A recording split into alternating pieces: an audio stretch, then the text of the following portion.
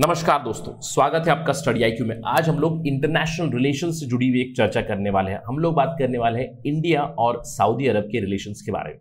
हाल ही में एक बहुत ही इंपॉर्टेंट आर्टिकल आया था इंडियन एक्सप्रेस में। Saudi Arab vision 2030 goals they give a chance to deepen relationship between India and Saudi Arab, ये बताया गया था। अब ये जरूरी क्यों है? ये आर्टिकल लिखा गया था सौद बिन मोहम्मद अल सती। अब ये सौद मोहम्मद बिन अल सती है कौन? He is the Saudi ambassador to India, जहां पे उन्होंने इस विजन 2030 की बात की और विजन 2030 के चलते इंडिया और सऊदी के बीच और भी जो टाइस है, जो रिलेशन है, वो डीपन कर सकते हैं, ये बात की। तो इसमें हम लोग क्या चर्चा करने वाले? इन जनरल शुरुआत में हम लोग बात करेंगे इंडिया और सऊदी अरब के रिलेशंस के बारे में। उसके बाद हम लोग बात करेंगे सऊदी अरब की विजन 2030 के बारे में और क्या उन्होंने अभी तक अचीव किया अंडर दिस विजन 2030, ये भी बात करेंगे।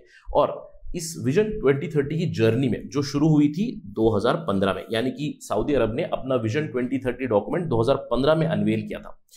6 साल हो रहे हैं, अभी 5 ईयर्स कंप्लीट हो चुके हैं। पिछले 5 से 6 सालों में उन्होंने क्या अचीव किया है और इसमें इंडिया का क्या योगदान रहा है, वो भी बात करेंगे। And we'll end up with a way forward.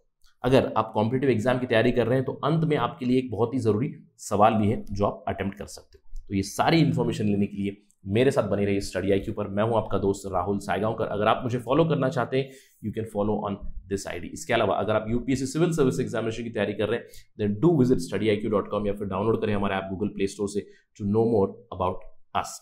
And this is a very important discussion from the exam perspective. चलिए बात करते हैं इन जनरल पहले इंडिया और सऊदी अरब रिलेशंस के बारे में। देखिए इंडिया कहाँ पे? इंडिया हमारा यहाँ पे, सऊदी इज हियर। और एंशियंट टाइम से ही इंडिया और जो अरब रीजन है, अरब रीजन हम कहते हैं, relations have been quite strong. Trade relations हमेशा चलते हुए आ रहे हैं। लेकिन 1947 के बाद अगर हम लोग बात करें, इंडिया और सऊदी अरब की रिलेशंस काफी चेकर्ड रहे। हम लोग इसको 2 फेजेस में डिस्कस कर सकते हैं।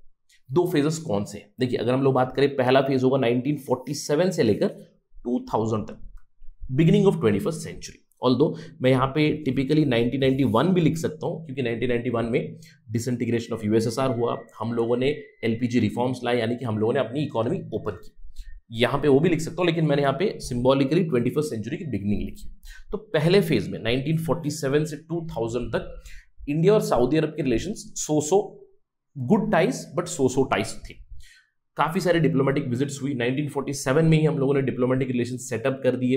इंडिया की तरफ से अभी तक 4 prime ministers have visited Saudi Arab, right? Jawaharlal Nehru ने विजिट किया था, जवाहरलाल नेहरू के बाद इंदिरा गांधी ने विजिट किया था, मनमोहन सिंह ने विजिट किया है, प्राइम मिनिस्टर मोदी ने 2 बार विजिट किया है। इनफैक्ट प्राइम मिनिस्टर मोदी जब 2016 में सऊदी अरब गए थे, उन्हें हाईएस्ट सिविलियन अवार्ड दिया गया था, अब्दुल अजीज अल सौद ऑर्डर अवार्ड किया गया था उनको, राइट? यानी कि डिप्लोमेटिक ऑफिशियल विजिट्स बहुत सारी हुई है उनकी तरफ से भी। द किंग और the highest dignitary from Saudi they have visited India, जैसे कि King Saud visits in India in 1955 itself. लेकिन इस पर्टिकुलर फेज में मैं कहूंगा relations were so no. Although from energy perspective yes, Saudi हमारे लिए बहुत जरूरी रहा है, लेकिन इस फेज में सऊदी अरब के साथ साथ हम लोग कुवैत से भी तेल इंपोर्ट करते थे। Iraq was a very important player. एक टाइम पे ऐसा था कि इराक से सबसे ज्यादा तेल आया करता था इंडिया के लिए, तो Saudi Arab was an okay player initially, right? अब इसके फैक्टर्स कुछ है। अब फैक्टर्स क्या होंगे? देखिए जब भी हम लोग इंडिया और सऊदी रिलेशंस की बात करें, then we need to talk about the elephant in the room, and elephant in the room is Pakistan. क्यों?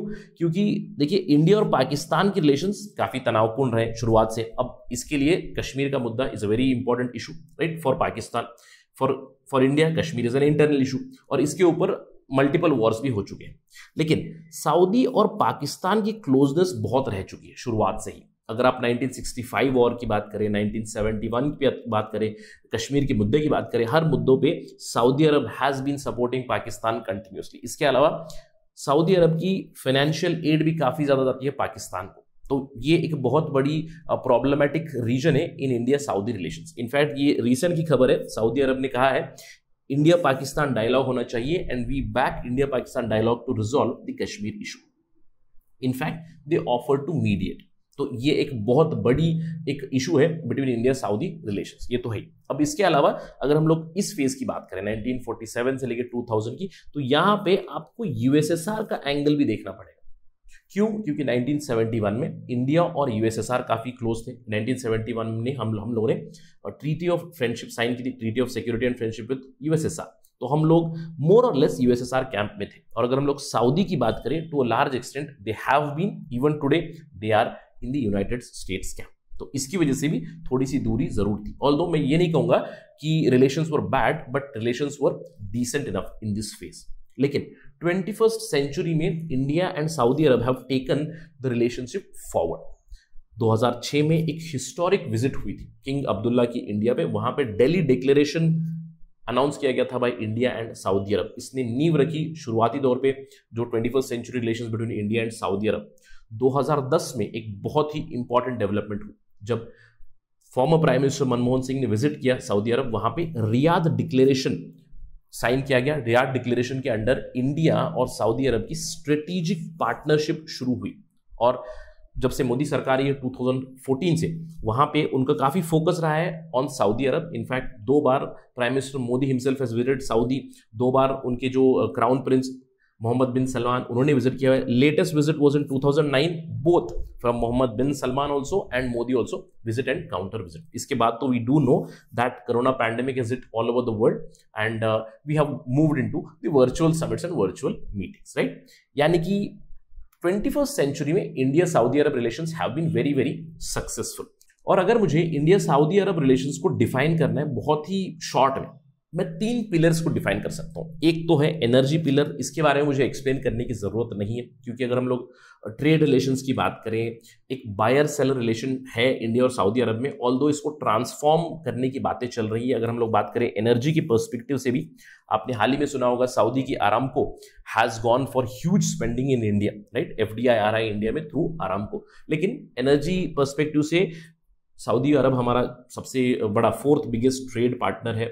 बहुत ज्यादा ऑयल इंपोर्ट यहां से होता है। इसके अलावा डायस्पोरा बहुत जरूरी है, इंडियन डायस्पोरा जो सऊदी अरब में काम करता है। अगर हम लोग बात करें 2.5 मिलियन से भी ज्यादा लोग सऊदी अरब में काम करते हैं। एक समय था it was around 3 million people. Huge remittances, बहुत सारी रेमिटेंसेस आती थी। रेमिटेंसेस मतलब वहां की जो कमाई होती है सऊदी अरब की, which comes in India in form of dollar, which is a huge earning for India itself, right. So diaspora is another pillar and the third pillar is the defense pillar. This is relatively new. मैं कहूँगा 2010 के बाद एक defence pillar भी बन रहा है। Defence pillar में हम लोग की स्ट्रेटेजिक डिफेंस डायलॉग है, काउंटर टेररिज्म की बातें करते हैं, और रिसेंट टाइम्स में हम लोग मैरिटाइम कोऑपरेशन की भी बातें कर रहे हैं। तो इन 3 पिलर्स पे स्टैंडिंग है सऊदी इंडिया रिलेशंस। अब चलिए बात करते हैं सऊदी विजन 2030 के बारे में और किस तरह एक अलाइनमेंट हो रही है इंडिया और सऊदी की टुवर्ड्स दैट विजन 2030। देखिए, ये है डॉक्यूमेंट विजन 2030 जो 2015 में रिलीज किया गया था बाय किंगडम ऑफ सऊदी अरब। यहां पे 3 मेजर एस्पेक्ट्स की बात करते हैं सऊदी। एक है वाइब्रेंट सोसाइटी बनाने की बात करते हैं उनकी खुद की, दूसरी है थ्राइविंग इकोनॉमी, और तीसरी है to create an ambitious nation. In fact इन तीनों एस्पेक्ट्स में इंडिया को काफी फायदा मिलेगा। इंडिया इन्वॉल्व हो सकता है विद रिस्पेक्ट टू सऊदी अरब। अब वाइब्रेंट सोसाइटी की तरफ से क्या एग्जांपल मिलता है कि वो सोसाइटी बनाना चाहते हैं जहां पे उमरा विजिटर्स जो होते हैं, मक्का विजिटर्स, उनको इंक्रीज करना चाहते हैं, right, to buy 30 million every year, from 8 to 30 million वो इंक्रीज कराना चाहते हैं। इनफैक्ट आपको याद होगा 2019 में इंडिया का जो हज कोटा होता है उसको बहुत स्तर पे बढ़ाया गया था after the visit of MBS। इसके अलावा वो अपनी हेरिटेज साइट्स बढ़ाना चाहते हैं, अपनी सोसाइटी को स्ट्रेंथन करना चाहते हैं। आप इसकी तरफ आप देख सकते हो कि डिफरेंट लेजिस्लेशंस ला रहे हैं, सोसाइटी थोड़ा सा रिलैक्स हो रही है। आपको याद होगा कुछ सालों पहले Saudi women have been given the right to drive etcetera. These changes are coming for sure. इसके अलावा जो उनकी इकोनॉमी में है वो फोकस कर रहे हैं कि उनका अनएम्प्लॉयमेंट रेट डाउन हो, साथ ही साथ उनकी GDP बढ़े और वुमेन पार्टिसिपेशन इन वर्कफोर्स भी बढ़े, फ्रॉम 20 to 30% हो, ये कहा गया। और मैंने आपको बताया कि वुमेन राइट्स धीरे धीरे दिए जा रहे हैं सऊदी अरब। इसके अलावा they are focusing to improve their global competitiveness rank index में। वो अभी टॉप 10 पोजीशन में जाना चाहते हैं, अभी फिलहाल वो टॉप 25 में है। इसके अलावा अपने देश में FDI बढ़ाना चाहते हैं। तो इसका मतलब क्या है कि India can now invest more and more in Saudi Arab, and private sector की कंट्रीब्यूशन भी यहाँ पे बढ़ाना चाहते हैं। अब इन सब जगहों पे India can play a bigger role. In fact India is already playing a very bigger role. इसके अलावा उनकी जो एम्बिशन है, अगर आप एम्बिशन की बात करें, this is a very important aspect. मैंने आपको कहा था इंडिया सऊदी अरब रिलेशंस को आप एनर्जी सिक्योरिटी पर्सपेक्टिव से डिफाइन जरूर करते हैं, यानी कि oil is a very important commodity for Saudi Arab. But Saudi Arab की विजन 2030 में ही लिखा गया है कि वो उनकी नॉन ऑयल गवर्नमेंट रेवेन्यू को बढ़ाना चाहते हैं। तो यहां पे India can play a very important and a very big role, specially from India strong point, जैसे कि इंडिया की फार्मास्यूटिकल सेक्टर हो गई, इंडिया की आईटी सेक्टर होगी, it can play bigger role in Saudi अरब। इसके अलावा they want to enhance their government effectiveness, e governance की बातें कर रहे हैं। ये सारी चीजों की एक उल्लेख है इस 2030 विजन में। और आप अभी आई एम क्वाइट श्योर कि आप कनेक्ट कर सकते हो कि इन सारी चीजों में कहीं ना कहीं इंडिया और सऊदी कोलैबोरेट जरूर कर सकते हैं। अब पिछले 5 सालों में क्या हुआ है, 2015 से 2020 तक क्या अचीव किया गया है, चलिए बात करते हैं इसके बारे में। सऊदी ने डाइवर्स रिफॉर्म्स लाए हैं उनके सऊदी लॉस में। एक मैंने आपको उदाहरण दिया, women are being allowed to drive now. इसके अलावा 197 लेजिस्लेशंस लाए गए हैं 2015 से, जहां पे ईज ऑफ डूइंग बिजनेस वहां पे बढ़ाई गई है। सऊदी खुद ई गवर्नमेंट इनिशिएटिव्स ला रहा है। उनका एक बहुत बड़ा फंड है $453 बिलियन का, जिसके तहत माइनिंग, मैन्युफैक्चरिंग, लॉजिस्टिक्स, एनर्जी, इन सब चीजों में इन्वेस्टमेंट बढ़ रहा है। उनकी इनोवेशन, दूसरे जो प्रोजेक्ट्स आ रहे हैं उसके बहुत सारे एग्जांपल्स हैं, जैसे कि लाइन प्रोजेक्ट, नियोम, रेड सी, किडिया प्रोजेक्ट है। ये सारी बहुत ही इनोवेटिव और बहुत ही हाई प्रोफाइल प्रोजेक्ट्स वहां पे डेवलप हो रही है। इसके अलावा सऊदी ने जो कहा था कि नॉन ऑयल रेवेन्यू आपको बढ़ाना है, उनकी नॉन ऑयल रेवेन्यू इकोनॉमी जो है वो ग्रोथ हो रही थी by 4.5% in 2019। After that we do know that corona pandemic has hit the world. इसके अलावा Saudi has also improved with respect to renewable energy. बहुत सारे रिन्यूएबल एनर्जी प्रोजेक्ट्स यहाँ पे आ चुके हैं, स्पेशली इन सोलर डोमेन। बहुत सारे आप उदाहरण दे सकते हो। यहाँ पे रिन्यूएबल एनर्जी टेक्नोलॉजी का हब बनना चाहते हैं अगले 10 सालों में। और यहाँ पे आप देख सकते हो कि इंडिया कैन अलाइन, इंडिया का जो नेशनल सोलर मिशन है, it can align with Saudis renewable energy technologies, right.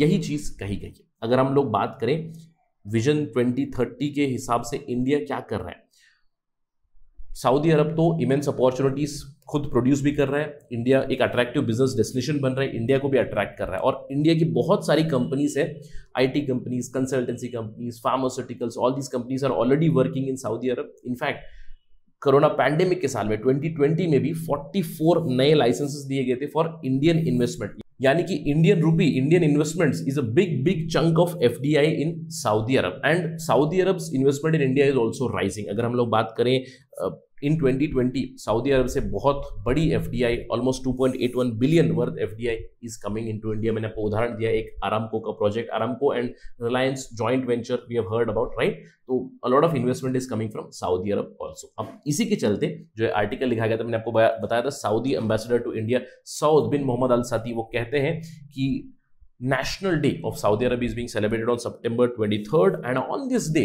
we look forward to our friend India. We look forward for a continued partnership. उन्होंने कहा कि Saudi Arab has always valued India as a very close friend and a strategic partner. दोनों की culture, दोनों की socio economic setup और मैं कहूंगा पॉलिटिकल पार्टनरशिप जो है वो मिलकर आगे ले जा सकती है इन दोनों देशों के संबंधों को। ये कहा गया by the ambassador of Saudi to India. So let us hope that India-Saudi relationship they peak further in the upcoming 10 years. यानी कि 5 साल उनकी विजन 2030 के हो चुके हैं, अगले 10 सालों में और भी ज्यादा फायदा आए दोनों देशों। Let us hope for the best. Let me end my discussion with a question. एक टिपिकल सा सवाल है, सबके दिमाग में यही होता है कि जब भी हम लोग सऊदी और इंडिया के रिलेशंस की बात करते हैं तो मैंने आपको बताया कि energy is a very important part पहले से ही, लेकिन वो बहुत ही यूनिडायरेक्शनल थॉट था। और इनफैक्ट बहुत से लोगों ने कहा है कि India Saudi relations they revolve around energy diplomacy, लेकिन India and Saudi are looking to expand their domain. So do let me know how far do you think that India and Saudi can take their relationship from this unidimensionality of energy into a multi-dimensional convergence. And I've given you a lot of fodder here to attempt this particular question. Do attempt this and let me know your thoughts. Thank you for watching. Jai Hind.